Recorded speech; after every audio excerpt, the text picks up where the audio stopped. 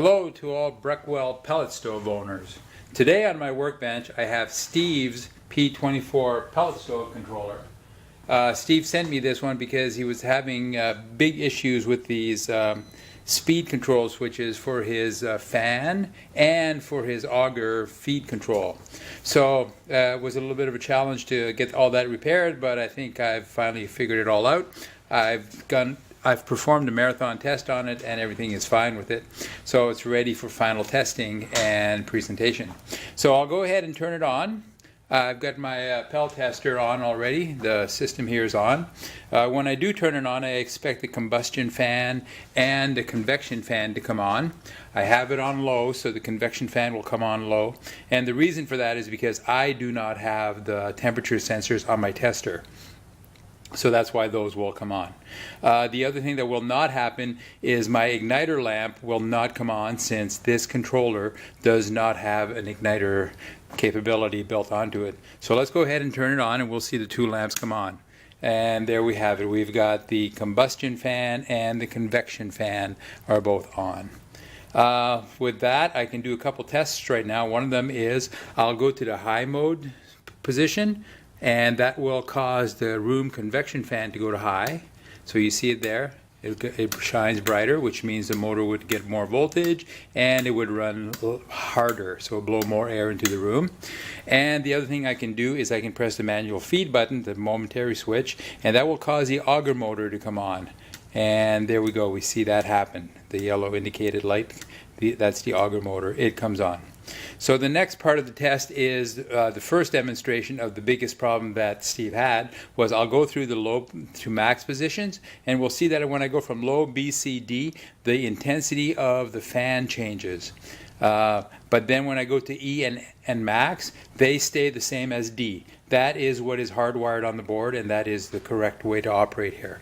So as I rotate through the switches, we'll see the intensity of the red indicated light go brighter, as you see it there. And I'm on D. E and F do not change. As I cycle through, E and F do not change. So I'm back to low. So that is now functioning correctly.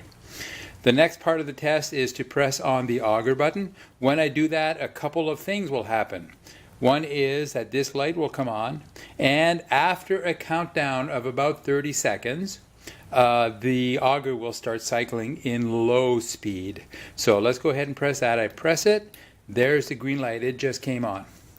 Now, if we wait about 30 seconds, we'll see an indicator behind the faceplate shine, and at the very same time, the auger will drive. So what I'm going to do here is I'm going to tilt this forward a little bit so we can see it better.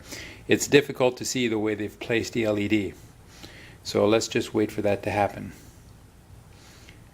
So there we go. We can see the indicator in the back came on, and so did the auger lamp, the yellow indicated lamp, come on.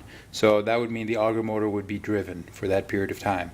So whenever this indicator comes on, as we see right there, the yellow auger should be driving. So I'll put this back down so we probably won't see the auger LED anymore. I'll go through a cycle or two, see if we can see it on the camera. We can barely see it. But as I cycle through the low BCD to max, what should happen is the auger drive will be on longer, and the auger duty cycle time will be shorter, so that it'll come on more often. So let me go ahead and switch that. I've got it set to max now. So we see that the convection room fan is on brighter, and we just have to wait for the auger motor. And notice how it's on much longer now. Off. So it'll come on again in a shorter period of time. I'll tilt the controller one more time. So we see that the indicator is on, the yellow light is on, and it's off. So the duty cycle is shorter, it's shorter, so it happens more often. And the lamp itself is on longer. So that's it. Everything is now functional on this controller. Steve, I want to thank you very much for sending this to me for repairs. I'm sorry it took so long. I mean, it was a little bit of a bear for me to iron out all of these problems, but I think I have it. It's been marathon tested and it's working fine. I'll return this to you now. Thanks again. And if any of you other Breckwell owners have issues with your controller, feel free to contact me at the information, at the numbers posted in the comments below. Thank you. Bye-bye.